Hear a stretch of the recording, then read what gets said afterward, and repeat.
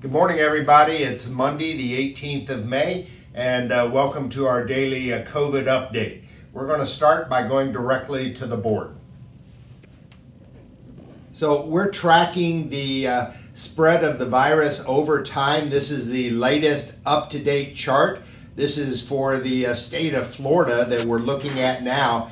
And you can see way back here on 5/4, this is when Governor DeSantis took us to the first part of phase 1. And since then, the number of new cases has continued to rise pretty significantly. There has not been the predicted slowdown in the number of new cases reporting over time. You can see here in Florida for this morning, there are 46,442 cases. That went up 1,631, and our death increased by 33. So this is a concern that we continue to monitor as well as the rest of the state. So on Friday afternoon, the governor spoke. It was anticipated that he was going to be announcing that Florida was moving from phase 1 to phase 2, and in fact that did not happen. What the governor did is he expanded the phase 1 orders to amend them slightly.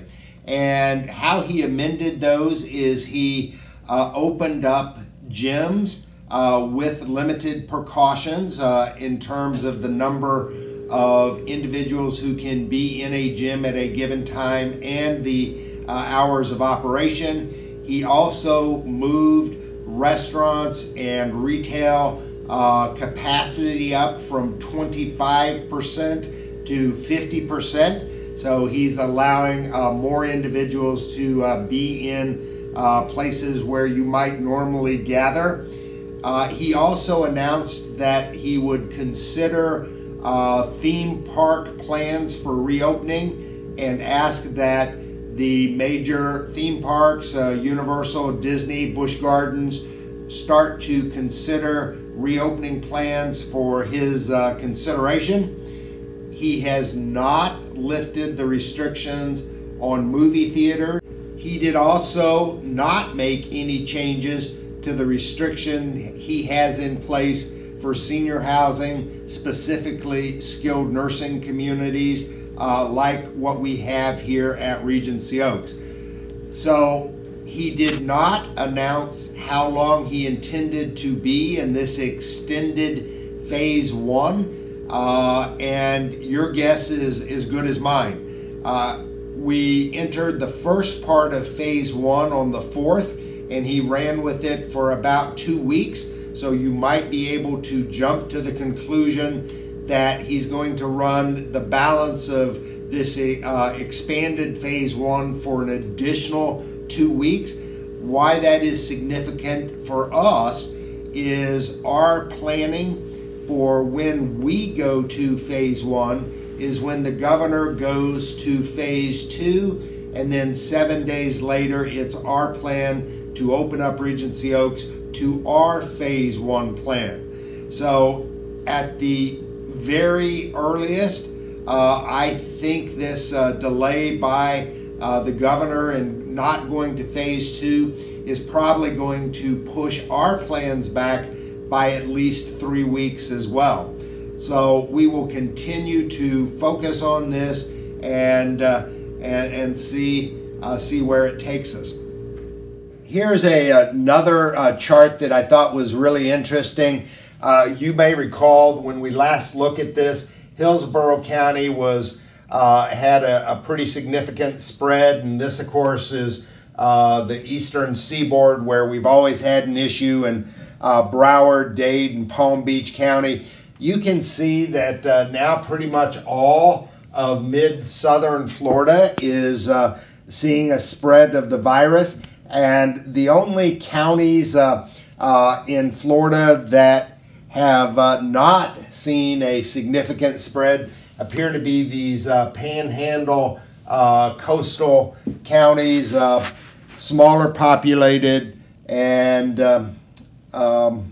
away from major routes of traffic. So this is day 15 of the phase 1 rollout. It is day 3 of the second expanded roll of phase 1. Our hospitalizations in Pinellas County are up to 309, and our zip code just went up 1, so we're at 17 cases in the Regency Oaks zip code, which is a good number. Our testing continues to go really slow. There are over 1 million people in Pinellas County, and so far we have only tested 25,201. The percentage of negative test to positive test is running 4.1%, which continues to be on the lower end. It had peaked at about 4.8 about 2 weeks ago, and so we are seeing in a percentage view a slight decrease in the number of negative tests to positives, but this is a really slow effort. One of the things that residents ask me all the time is, do you have the availability of getting tested? Could we just test all of the staff and test the residents? Currently, that's just not an available resource that the government has been able to fulfill. We do have testing for residents who are symptomatic and that we suspect of perhaps having COVID. So if you need a COVID test because you are symptomatic and we're worried about your health, we do have the resources to get those tests.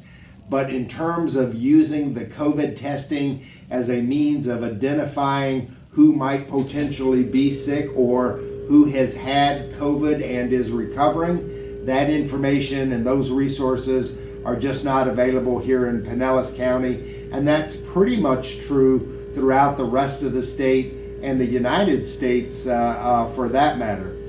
Let's take a look at what's happening here locally in the community. Our numbers continue to be really positive. Here in the IL, there are 18 residents that we are tracking. The vast majority of these are related to individuals who are recovering. They went out to the hospital for a non-COVID related illness or procedure. They came back to community at Regency, and they're being tracked on a 14-day quarantine. The same is true over in skilled nursing. There are 10 individuals that are recent admits that are on a self-imposed quarantine. There are no residents and no staff currently suspected of having COVID, and there are no pending test results. So those numbers continue to look positive, and our efforts at shutting down the campus and restricting access continues to pay off for us with these low numbers. We still are only at 1 confirmed COVID case, and patient 0 is back at Regency Oaks after testing negative numerous times, and he is recovering and doing well. So one of the things I wanted to talk about this morning, it relates to another question that I hear frequently, and it's where are people getting exposed to COVID? And the answer to that is most people are getting the exposure in their own homes, and they go out and about, whether it's to a physician's office, shopping, or to the mall or grocery store, and they get contaminated. They bring it back to their home. It's on their clothes, it's on their footwear, it's on their hands, and that infection occurs in the home because it was brought back from having gone outside. When we look at the other COVID-like viruses. We still don't know all there is to know about COVID, but its two twin sisters, MERS and SARS, we do know quite a lot about those two infectious viruses that happened 10 years ago. And one of the things we know is that the shedding of viral particles, the droplet count is about 1,000. So one of the things we do know is that it takes about 1,000 viral particles to cause an infection. 1,000 viral particles is about what you take in every time you draw a breath or blink an eye. And so that's one of the reasons this is such a really contagious disease, is it doesn't take a lot of the virus, and it is so easily assumed by the body. Surface and air contamination continues to be the primary source for spreading this disease, and I thought you might find it interesting to know what a typical cough might produce or a sneeze. And so if all it takes is 1,000 particles and you can absorb that in a single breath or a blink of an eye, a sneeze, which travels at up to 200 miles per hour, contains about 3,000 viral droplets. So it's almost 3 times as potent. And a cough contains about 3,000 droplets, so it's 3 times more potent than just an airborne droplet that you can pick up in absorption through a blink of an eye or an intake of a breath. A sneeze, for instance, is considerably more dangerous. A sneeze can travel at up to 200 miles an hour, and instead of being 3,000 droplets, a sneeze will generate 30,000 droplets.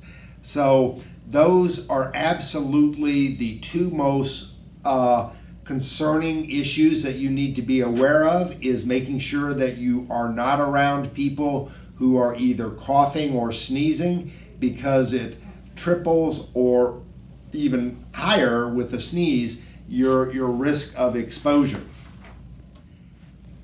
Again, we don't know all there is to know about COVID, but if it were to act more like an influenza or a flu than it would its sisters SARS and MERS, then a single cough or sneeze, the number of droplets produced in an influenza-like spread is in excess of 200,000. So a lot of this is still yet to be determined, but it's why the epidemiologists are studying this, because that mode of transmission is probably responsible for the very high rate of contagion in this disease and how it spreads. So it's really easy to see if you're face to face with someone just having a conversation, you can see how that disease might spread. One of the other things that I've talked about a lot is this is not primarily a surface contamination, but surfaces can cause the spread of the disease in this manner. You cough or you sneeze, the droplets are suspended, they are airborne, and they hang in the air and gently at some point fall to the ground. And then walking or vacuuming or shuffling your feet, the very act of going through an area where the COVID virus has settled can activate it and get it circulating again hours after the last person has walked through that area. And so when you think about why the governor is limiting the exposure in our restaurants to 50% now, it's not so much the face-to-face with the other patrons, it's the foot traffic in and around the tables and throughout the restaurant, where if there is a contamination and it's floated in the air, got down into the carpet, and people are kicking it up by walking, then those droplets will spread and contaminate people at different tables. And so we're just learning more about how this disease operates and how it spreads, and I'll try to share more information like that as I learn it, and I'll pass it on to you. So if we were to take out the terrible outbreaks that have happened in skilled nursing centers all across the country, where else is this disease appearing, and what are we seeing? We see the biggest outbreaks in other institutions, as Bill Clark would say, prisons, churches, workplaces. They are confined areas with large number of people where the little droplets have the ability to spread within a contained environment. There are also what is called super spreader events, and the three largest super spreaders that you ought to try to avoid are meat packing plants, and I'm sure you've been following the news on Tyson and some of the other meat packers, because those workers are working shoulder to shoulder in real close quarters. They've had some problems with COVID and the spread. Weddings, funerals, and birthdays are the second rated super spreader. Again, it's a gathering. People tend to put their guard down when it's a large family gathering. So weddings, funerals, and birthdays, the thought is these are friends, these are people I know, these are family members, therefore it must be safe. And that's just not the case. If you are out and about, even if you are a family member, your risk of exposure is the same as everyone else in society. And so that's why those types of events have become super spreaders. And then the third most important super spreader is businesses. Businesses are reopening and beginning to have people back into their stores, and there's you need to be very cautious because you're using the same PIN at checkout and pushing in your zip code at checkout and touching the same buttons that everyone else has touched, and you're in tight quarters and you're going through a single entry point. And so just being aware of your environment and practicing good hygiene. Remember to carry your sanitizer with you, and as you leave a store, a shop, or a restaurant, use that sanitizer to sanitize your hands. And then when you return home, first thing you do is really lather up and wash your hands so that you've got really effective personal hygiene that's occurring. And I just want to conclude today and leave you with a real life case study, and it sort of relates to what we've been talking about here this morning. And so let me share this with you. Just to see how simple infections and chains can occur, this is a real story, and it took place in Chicago. The name is fake. We're going to use the name Bob. Bob was infected but didn't realize it. Bob shared a takeout meal served from common serving dishes with two family members. The dinner lasted 3 hours, and the next day Bob attended a funeral. He hugged family members and others in attendance, offering condolences. Within 4 days, both family members who had shared the meal were sick. A third family member who had hugged Bob at the funeral became sick, but Bob wasn't done. Bob attended a birthday party with 9 other people. They hugged and shared food at the 3-hour party. 7 of those people became ill. Over the next few days, Bob became sick. He was hospitalized, he was put on a ventilator, and he died. The others that he has infected are still struggling with their COVID. Be safe, be cautious. Most importantly, be smart. Have a great day, and we'll see you on Wednesday.